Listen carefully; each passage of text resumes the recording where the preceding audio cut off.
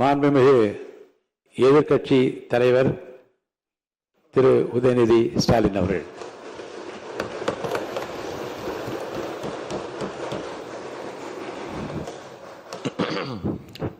மாண்புமிகு பேரவைத் தலைவர் அவர்களே, துணைத் தலைவர் அவர்களே, முதலமைச்சர் அவர்களே, 17வது சட்டமன்ற பேரவையின் எதிர்க்கட்சி தலைவராக எனது முதல் உரை இது. பகுத்தறிவு பகலவன் தந்தை பெரியார், தமிழ்நாட்டுடைய தலைமகன் பேரறிஞர் அண்ணா, நவீன தமிழ்நாட்டுடைய சிற்பி முத்தமிழறிஞர் டாக்டர் கலைஞர்,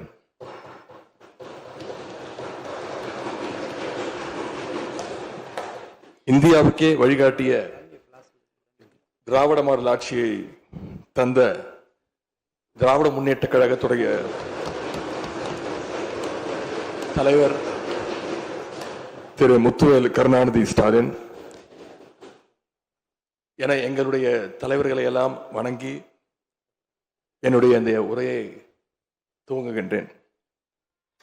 முதல்ல என்னை 2வது முறையாக தேர்ந்தெடுத்து இந்த சட்டமன்றத்திற்கு அனுப்பிய என்னுடைய சேப்பாக்கம் திருவல்லிக்கேணி தொகுதி மக்களுக்கு என்னுடைய நன்றியை நான் இங்கே தெரிவித்துக் கொள்கின்றேன். அதே போல எங்கள் தலைவர் தலைமையிலான திராவிட முன்னேற்ற கழகத்துடைய கூட்டணிக்கு 1,52,82,782 வாக்குகளை தந்த தமிழ்நாட்டு மக்களுக்கு என்னுடைய நன்றியை நான் தெரிவித்துக் கொள்கின்றேன். அதேபோல எங்களுடைய கூட்டணி சட்டமன்ற உறுப்பினருடைய வெற்றிக்காக உழைத்த திராவிட முன்னேற்ற கழகத்துடைய அனைத்து நிர்வாகிகளுக்கும், முத்தமிழறிஞர் டாக்டர் கலைஞருடைய உயிரினும் மேலான அன்பு உடன்பிறப்புகளுக்கும், தோழமை இயக்க தலைவர்களுக்கும் தொண்டர்களுக்கும் என்னுடைய நன்றியை நான் தெரிவிச்சுக்கிறேன். இந்த அவையில என் கூட நின்று எனக்கு வழிகாட்டக்கூடிய எதிர்க்கட்சி துணைத் தலைவர் அண்ணன் திரு KN நேரு அவர்களுக்கும், எங்களுடைய கொறடா அண்ணன் வேலு அவர்களுக்கும், துணை கொறடா அண்ணன் திரு கோவி செழியன், செயலாளர் அண்ணன் திரு தங்கம் தென்னரசு, பொருளாளர் அண்ணன் திரு MRK பன்னீர்செல்வம் ஆகியோருக்கும், கழக சட்டமன்ற உறுப்பினர்களுக்கும் என்னுடைய நன்றியை நான் தெரிவிச்சுக்கிறேன். சட்டமன்றத்தில் நேற்று நாம அத்தனை பேரும் பதவி பிரமாணம் செஞ்சுக்கிட்டோம். அதன் பின்பு இன்னைக்கு முதல் நடவடிக்கையா பேரவைத் தலைவரை இன்றைக்கு தேர்ந்தெடுத்திருக்கிறோம். வரலாற்று சிறப்புமிக்க இந்த சட்டப்பேரவையில் மாண்புமிகு பேரவைத் தலைவராக தேர்ந்தெடுக்கப்பட்டிருக்கக்கூடிய உங்களுக்கும், துணைத் தலைவராக தேர்வு செய்யப்பட்டிருக்கக்கூடிய திரு ரவிசங்கர் அவர்களுக்கும், எங்களுடைய தலைவர் சார்பாகவும் கழக சட்டமன்ற உறுப்பினர்கள் சார்பாகவும் மீண்டும் என்னுடைய வாழ்த்துக்களை நான் தெரிவிச்சுக்கிறேன். மாண்புமிகு பேரவைத் தலைவர் அவர்களே, இங்கே ஏற்கனவே எல்லாரும் குறிப்பிட்டது போல நானும் கேள்விப்பட்டிருக்கேன். நீங்க எப்பொழுதுமே சிரித்த முகத்துக்கு சொந்தக்காரர்னு கேள்விப்பட்டிருக்கிறேன். அது மட்டும் இல்லை, எல்லோருடையும் மிகுந்த அன்போடு பழகக்கூடியவர் அப்படின்னு பலர் சொல்லி நான் கேள்விப்பட்டிருக்கிறேன். இதே சட்டப்பேரவையில் 1980ஆம் ஆண்டு தேர்தலையும் 2011 சட்டமன்ற தேர்தலையும் நீங்க வெற்றி பெற்று ஒரு சிறந்த சட்டமன்ற உறுப்பினராக நீங்க பணியாற்றி இருக்கிறீங்க. எனவே பேரவையுடைய மரபுகளும் விதிகளும் உங்களுக்கு புதுசு கிடையாது. நீங்க தேர்ந்தெடுக்கப்பட்ட இப்பொழுது சேர்த்து 3 முறையும் ஆளுங்கட்சி உறுப்பினராக சட்டமன்றத்துக்குள்ள நீங்க வந்திருக்கிறீங்க. இந்த முறை எதிர்க்கட்சிகளையும் அரவணைச்சு செயல்படுகின்ற ஒரு பேரவைத் தலைவரா நீங்க பொறுப்பேற்றிருக்கிறீங்க. அந்த பொறுப்புல ரொம்ப சிறப்பா நடுநிலைமையோடு செயல்படுவீங்க அப்படிங்கிறது தான் எங்க அத்தனை பேருடைய எதிர்பார்ப்பு. அதே போல ஒரு எளிய பின்னணியிலிருந்து வந்த முதன்முறையாக சட்டமன்ற உறுப்பினராக பொறுப்பேற்றிருக்கக்கூடிய மக்களால் தேர்ந்தெடுக்கப்பட்டிருக்கக்கூடிய திரு மாண்புமிகு ரவிக்குமார் அவர்கள் பேரவையினுடைய துணைத் தலைவராக உங்களுக்கு உறுதுணையாக இருந்து இந்த அவையை வழிநடத்துவார் அப்படின்னு நாங்கள் அத்தனை பேரும் நம்புறோம். மாண்பு பேரவைத் தலைவர் அவர்களே, நம்முடைய மாண்பு முதலமைச்சர் அவர்கள் நேற்று எங்களுடைய தலைவருடைய வீடுகளுக்கும் அனைத்து கட்சி தலைவருடைய வீடுகளுக்கும் சென்று வாழ்த்துக்கள்லாம் பெற்றுக்கிட்டு போனார். அந்த அரசியல் நாகரிகம் இந்த பேரவையிலும் தொடரணும் அப்படிங்கிறதா எங்களுடைய எண்ணம், எதிர்பார்ப்பு. ஏற்கனவே நான் சொல்லியிருந்தாலும் மறுபடியும் சொல்ல விரும்புகிறேன்.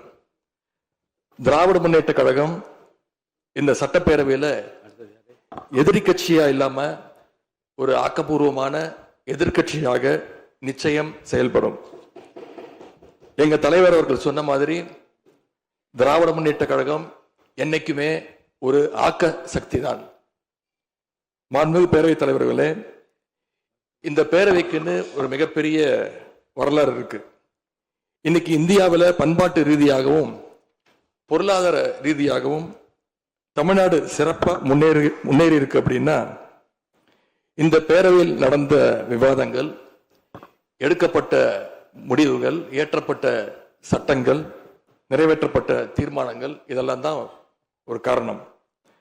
பிற மாநிலங்களுக்கெல்லாம் ஒரு எடுத்துக்காட்டாக வழிகாட்டக்கூடிய வகையில் செயல்பட்டு இந்தியாவையே திரும்பி பார்க்க வச்ச சட்டமன்ற பேரவை இந்த தமிழ்நாட்டு சட்டமன்ற பேரவை. அப்படிப்பட்ட இந்த பேரவையில் ஆரோக்கியமான ஆக்கப்பூர்வமான விவாதங்களுக்கு இடம் கொடுத்து ஜனநாயக மாண்புகளுக்கு முக்கியத்துவம் கொடுத்து பேரவைத் தலைவர் அவர்கள் என்றைக்கும் நடுநிலைமையோடு செயல்பட வேண்டும் என்று நாங்கள் அனைவரும் விரும்புகின்றோம். நாம் எங்க ஆளுங்கட்சி எதிர்கட்சி அப்படின்னு எதிர் வரிசையில் உட்கார்ந்திருந்தாலும் தமிழ்நாட்டுடைய வளர்ச்சின்னு வரும்போது நாம் அனைவரும் ஒரே வரிசையில் முன் வரிசையில் நின்று உழைக்கணும்னு நான் விரும்புகிறேன். அதைத்தான் தமிழ்நாட்டு மக்களும் எதிர்பார்த்துக்கிட்டு இருக்கிறாங்க, விரும்புகிறாங்க. திராவிட முன்னேற்ற கழகமும் அதைத்தான் விரும்புது. எங்களுடைய தலைவர் அவர்கள் கடந்த 5 ஆண்டுகள்ல அடிக்கடி சொல்ற ஒரு வார்த்தை, இது எனது அரசு அல்ல நமது அரசு என்று எங்களுடைய தலைவர் அவர்கள் அடிக்கடி சொல்வார். அதை நிரூபிச்சியும் காட்டியிருக்கிறார். சென்ற திராவிட மாடல் அரசுங்கிறது வாக்களிச்ச மக்களுக்கு மட்டும் இல்லாம வாக்களிக்காத மக்களுக்குமான அரசாகத்தான் செயல்பட்டு வந்தது. ஆகவே இந்த புதிய அரசும் அனைவருக்குமான அரசாக உங்களுக்கு வாக்களிக்காத மக்களுக்குமான அரசாக செயல்படும்னு நான் விரும்புறேன். இந்த நேரத்தில் இன்னொரு விஷயத்தையும் இங்க நினைவுபடுத்த விரும்புறேன்.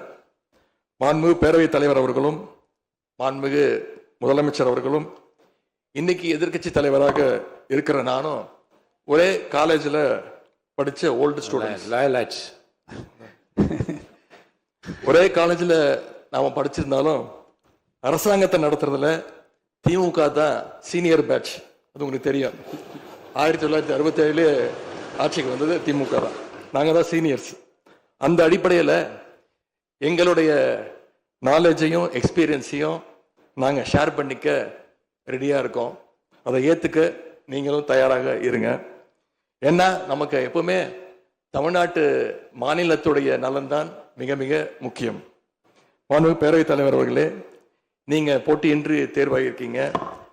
மாண்புமிகு முதலமைச்சரும் எதிர்கட்சி தலைவரான நானும் உங்களை அவை முன்னவரும் இந்த இருக்கையில் உட்கார வச்சிருக்கிறோம், அமர வச்சிருக்கிறோம். இன்னைக்கு உங்க கையை பிடிச்சி அழைச்சிட்டு வந்து உட்கார வச்சிருக்கிறோம். இனி எங்க 2 தரப்பையும் நீங்க தான் கையை பிடிச்சி அரவணைச்சு கோவம் இல்லாம கோவப்படாம, நீங்க கோவப்பட மாட்டீங்கன்னு தெரியும். உங்களை கோவப்படுத்துற மாதிரி எந்த செயலையும் நாங்கள் செய்ய மாட்டோம். சட்டமன்ற ஜனநாயகத்தில் ஆளுங்கட்சி காதுகளாகவும் எதிர்கட்சி குரலாகவும் இருக்க வேண்டும். அதில் தான் இந்த அவையுடைய பெருமை நிச்சயம் அடங்கி இருக்கு. பொதுவாக இதுக்கு முந்தைய சட்டமன்ற பேரவை எடுத்துக்கிட்டா ஆளுங்கட்சி வரிசையில அதிக உறுப்பினர்களும் எதிர்கட்சி வரிசையில அதை விட குறைவான உறுப்பினர்களும் இருப்பாங்க. ஆனா இந்த முறை கிட்டத்தட்ட ஆளுங்கட்சிக்கு இணையான எதிர்கட்சி வரிசை வலிமையா இன்னைக்கு அமைஞ்சிருக்கு. அதுதான் இந்த பேரவையுடைய இன்னொரு கூடுதல் சிறப்பு. இதன் மூலமா தமிழ்நாட்டு மக்கள் ஒரு முக்கியமான செய்தியை நமக்கு சொல்லி இருக்கிறாங்க. அது என்னன்னா, எதிர்கட்சி வரிசை மிக மிக வலிமையாக இருந்து இந்த அரசை, புதிய அரசை வழிநடத்தணும், ஆக்கப்பூர்வமான விமர்சனங்களை முன்வைக்கணும் அப்படின்னு மக்கள் நமக்கு சொல்லி இருக்கிறாங்க. நான் நம்புறேன். ஆகவே மக்களுடைய எண்ணத்தை பிரதிபலிக்கிற மாதிரி எங்களுடைய பணிகள் நிச்சயம் இருக்கும். மாண்புமிகு பேரவைத் தலைவர் அவர்களே, இந்த அரசு பொறுப்பேற்ற நிகழ்ச்சியில் நடந்த ஒரு நிகழ்வை இங்க நான் சுட்டிக்காட்ட விரும்புகின்றேன். ஏற்கனவே சுட்டிக்காட்டியிருக்கிறாங்க. அந்த நிகழ்ச்சியில தமிழ்தாய் வாழ்த்து 3வது இடத்துக்கு தள்ளப்பட்டிருக்கு. இது தமிழ்நாட்டு மக்கள் மத்தியில மிகப்பெரிய ஒரு கோபத்தையும் அதிர்ச்சியையும் ஏற்படுத்தியிருக்கு. அதை எதிர்கட்சிகள் எல்லோரும் விமர்சிச்சிருக்கிறோம். அதுக்கு ஆளுங்கட்சியும் ஒரு விளக்கத்தையும் கொடுத்திருக்கிறாங்க, நானும் பார்த்தேன். எங்களோட கருத்து என்ன அப்படின்னா, பாஜக ஆட்சிக்கு வந்திருக்கக்கூடிய மேற்கு வங்க மாநிலத்துல பதவியேற்பு நிகழ்ச்சியின் போது வந்தே மாதரம் பாட்டு பாடப்படல. ஆனா இங்க தமிழ்நாட்டுல அது பாடப்பட்டிருக்கு. மேற்கு வங்கத்துல இன்னைக்கு யாரு ஆளுநரா போய் உட்கார்ந்துருக்காங்க அப்படின்னு உங்க அத்தனை பேருக்கும் தெரியும், நான் சொல்ல வேண்டிய அவசியம் இல்லை. அவர் இங்க ஆளுநரா இருந்தப்போ தமிழ்நாடு சட்டமன்ற பேரவையில தமிழ்தாய் வாழ்த்துக்கு முன்னாடி தேசிய கீதம் பாடணும்னு பேரவையினுடைய மரபையே மாத்த சொன்னவர் தான் இன்னைக்கு மேற்கு வங்கத்துல ஆளுநரா இருக்கிறார். அதை நாங்க உறுதியா, எங்களுடைய தலைவர் அப்போதைய முதலமைச்சர் உறுதியா மறுத்தார். அதனால 2023ஆம் ஆண்டு முதல் தொடர்ந்து 3 வருஷம் அவர் பேரவையிலிருந்து வெளிநடப்பு செஞ்சுட்டு போன காட்சிகளை எல்லாம் நீங்களும் பார்த்திருப்பீங்க. இதன் மூலமா நாங்க சொல்ல வர்றது, அடுத்து விரைவிலேயே இந்த பேரவையில ஆளுநர் உரை நிகழ்த்த இருக்கிறார். ஆகவே ஏற்கனவே உங்களுடைய அரசனுடைய பதவியேற்பு விழாவில் நடந்த அந்த சம்பவம், அந்த தவறு மீண்டும் இந்த பேரவையில நடப்பதற்கு நீங்க அனுமதிக்க கூடாது. நாங்கள் அனுமதிக்க மாட்டோம். பேரவையில் மட்டுமல்ல, தமிழ்நாட்டில் நடக்கக்கூடிய எந்த நிகழ்ச்சியாக இருந்தாலும் சரி, அரசு நிகழ்ச்சியாக இருந்தாலும் சரி, எந்த நிகழ்ச்சியாக இருந்தாலும் சரி, தமிழ்தாய் வாழ்த்து என்றைக்கும் 2வது இடத்திற்கு நாம தள்ளி போக விடக்கூடாது. இந்த அரசு அதற்கு அனுமதிக்க கூடாது என்று நான் இங்கே கேட்டுக்கொள்கின்றேன். ரொம்ப விழிப்போடு இருந்து நம்முடைய உரிமையை, மரபை பாதுகாக்கணும்னு உங்களை எல்லாம் வலியுறுத்தி நான் கேட்டுக்கொள்கின்றேன். மாண்புமிகு பேரவைத் தலைவர் அவர்களே, வண்டிக்கு பிரேக் எப்படியோ, ஒரு காலைக்கு மூக்கனாங்கயிறு எப்படியோ, அப்படிதான் ஆளுங்கட்சிக்கு எதிர்கட்சி அப்படின்னு பேரறிஞர் அண்ணா அவர்கள் நமக்கு சொல்லியிருக்கிறார். ஆகவே பேரறிஞர் அண்ணா சொன்ன வழியில ஆளுங்கட்சியினுடைய செயல்பாட்டை உற்று நோக்கி உங்களுடைய நிறைகளை, குறைகளை சுட்டு காட்டுகின்ற ஒரு ஆக்கப்பூர்வமான எதிர்கட்சியாக நாங்கள் நிச்சயமாக செயல்படுவோம். இந்த அவைக்கு புதியவங்க, ஃபர்ஸ்ட் டைம் எம்எல்ஏஸ் நிறைய பேர் வந்திருக்கிறீங்க, அதுல மிகுந்த மகிழ்ச்சி. அதே போல ரொம்ப வருடங்களுக்கு பிறகு நிறைய பெண் சட்டமன்ற உறுப்பினர்கள் இங்க இடம்பெற்றிருக்கிறீங்க, அதுல எங்களுக்கு கூடுதல் மகிழ்ச்சி. அத்தனை பேருக்கும் மீண்டும் என்னுடைய வாழ்த்துக்கள். தமிழ்நாட்டுடைய உரிமைகளுக்காகவும் வளர்ச்சிக்காகவும் நாம எல்லாரும் சேர்ந்து ஒன்னா பயணிப்போம்.